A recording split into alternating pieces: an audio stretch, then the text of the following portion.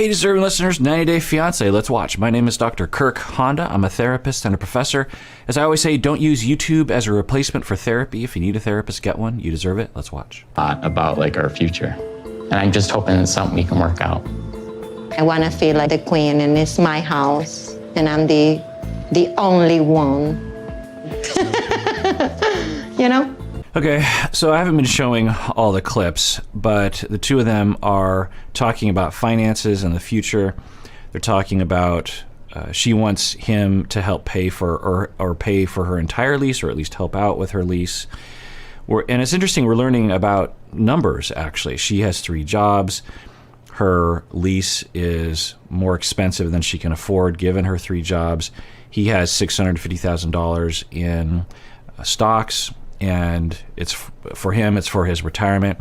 And some people, particularly some people might think $650 is a lot of money for retirement. It actually, according to the experts that I've talked to, it's not. You need a lot of money because it's expensive, particularly in places like Seattle, New York, San Francisco, that kind of thing. But anyway, now, having said that, of course, there are many people who have 0 retirement and a lot of debt because of the way our system works, and it, rich people get richer and poor people get poorer. But anyway, so we're learning a little bit about that. So he doesn't have a job, but he does have a lot of money on hand that he can use. And she is saying, I want you to help pay for me. And then I didn't show this clip, but she said, look, I need you to pay for this lease, but I want to be clear, this isn't like me saying I'm going to leave you if you don't. I'm just saying I really want you to. And I thought that was good. We're also hearing from him that he doesn't want to upset her, so he doesn't know exactly how to talk about it. There are 2 ways of looking at that. One is that he has been terrified due to emotional explosions, which isn't a good sign. It's a sign of being a victim of emotional abuse. On the other hand, given that they're going to be married and finances, often is a shared decision-making process that both people have power. His retirement fund is now her retirement fund, and she has equal say on how that money is spent, depending on how people work that out. But I think they're kind of heading, hopefully, in that. Well, I don't know. Actually, they kind of seem to be in the same zone where she is asking for things from him, and he is the one that's approving or disapproving, which, it can work. I don't usually recommend that for people. It's usually more satisfactory for everyone, obviously, if everyone has equal say. And of course, sexism plays into some people's decisions to keep women in an underpowered situation. But anyway, I will say that they're talking about it pretty well overall. They're not exploding. They're being calm. They're trying to accommodate. They're not being stubborn. Although you could argue she's being stubborn in the fact that she's just not accepting any other answer. And the other thing that I always say this is, like, the way that this is talked, similar with Colt and Larissa, it's as if she's the child and he's the adult, and she's like, hey, spend money, and he's like, well, we got a budget. Instead of both people being the child and the adult, where both people are like, hey, let's spend money and let's plan, let's budget, because if they're going to be together forever, then his finances, if he struggles financially, then she will struggle financially. And so the two of them, I always just say this, sit down, look at the budget, say, okay, well, here's my vote, given the budget here, what's your vote? Let's look at our 5-year plan, that kind of thing. Instead of him trying to think about that and trying to be careful about that for both of their sake, and her just saying, let's spend it all. It's that kind of vibe.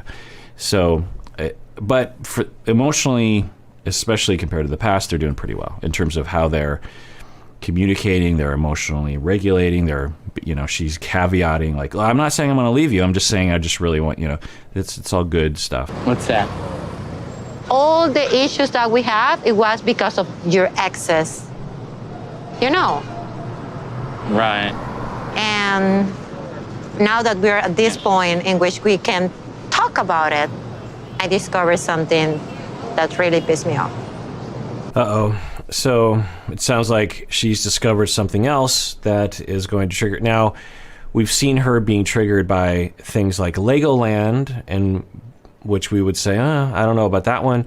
But we've seen her being legitimately, and I think in a understandable way, triggered by the nude picture he sent to his ex. So let's see which one or where in that spectrum it is.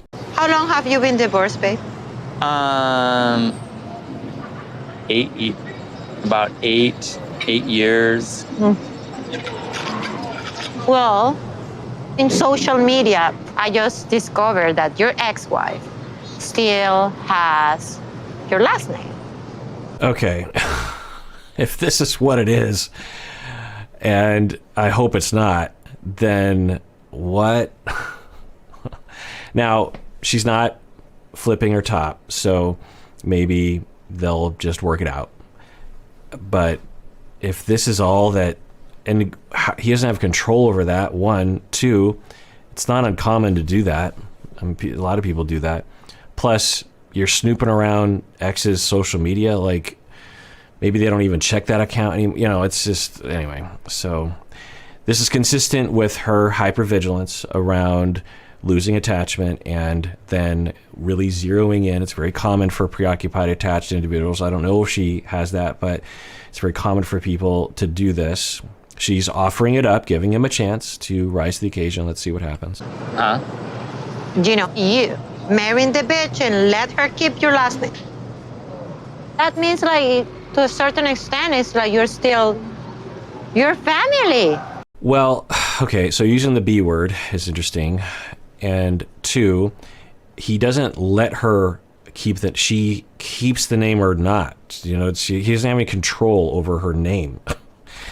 And three, they're not still family. But four, they're exes, so they're still, if they had kids together, they would still be family. So what's the problem? It's not a threat. But for preoccupied, hypervigilant people, it is a threat, and it feels justifiable, and then the anger and the judgment and the criticism and the control will emerge. She didn't give you kids nothing. What's the purpose? Come on, give me a break. Take your father's last name, not my man's.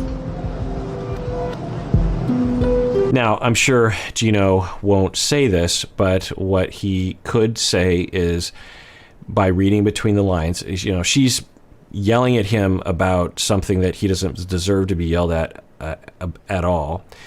But if he were to read between the lines, he would say something like, okay, so one, I don't have any control over the name that she kept. If you'd like me to tell her to change the name, I will. I can't guarantee she's going to do it. Three, I'm in love with you. We divorced 8 years ago. I'm no longer with that person. You're not going to see her.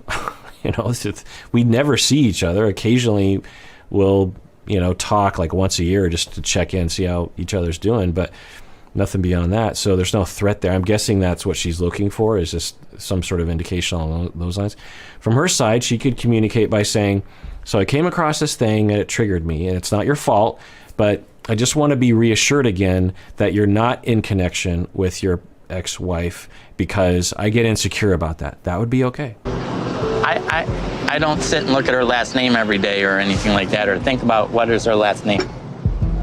I don't give a Right. So his response is in that direction, but insufficient. There's not enough elaboration there. I'm always like, Gino, elaborate. Come on now. I don't even know if she can change her last name. I would have to do research on to see. I don't give a if she has 100 documents or everyone in the world knows her as your last name. Bitch. Right. That's the other thing, is she might have built a career around that name, and to change the name would be extremely disruptive. I mean, that's a who knows, but that's a possibility. And Jasmine is, it's interesting to see the different modes of Jasmine, really.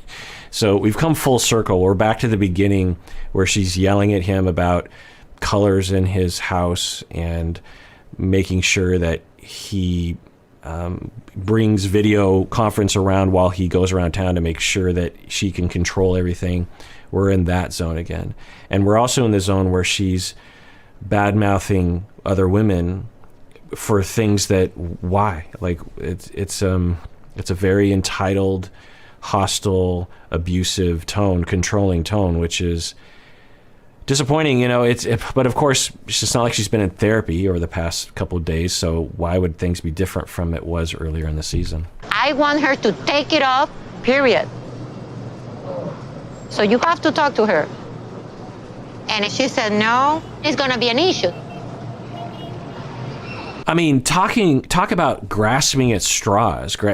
When you have preoccupied attachment, you have a general sense that something is wrong, that there's a threat, and you will look for anything to justify that, including things like this. Right. Yeah, I got you. Am I crazy? Yes, maybe a little bit. But that's the way I see things. She's being irrational, and to talk about a prenup right now, it's not a good idea. Yeah, good call, Gino. Maybe ever talking about a prenup is a bad idea.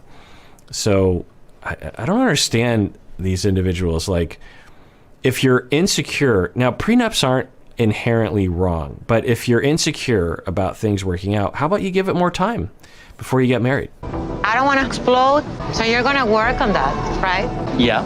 She's getting hung up on the same small, stupid stuff that we've been going through since even before I came to Panama. I don't know, it doesn't,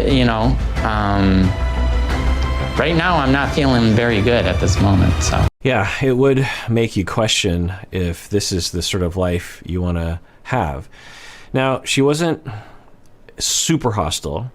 It's also possible that he's learned to say, just kind of agree with it in the moment, and then because that's mainly what she's looking for, is the ability to complain and be heard, and for you to exhibit compliance.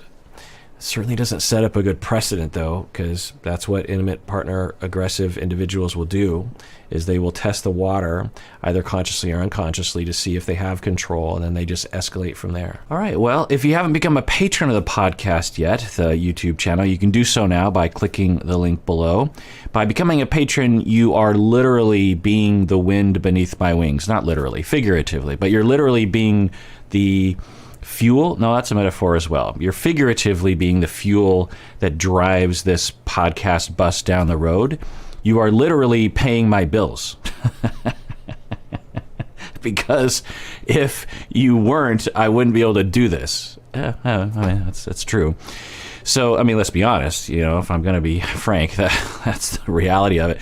Because if you didn't pay my bills, I would have to find another venue of paying my bills, which would mean I couldn't do any of this stuff. Anyway, so if you could become a patron, that would help. Also, if you can become an annual or upper tier patron, that also helps as well. So, but only if you can afford it, and only if you want to. And everyone out there, please take care of yourself, because you deserve it. You really, really do.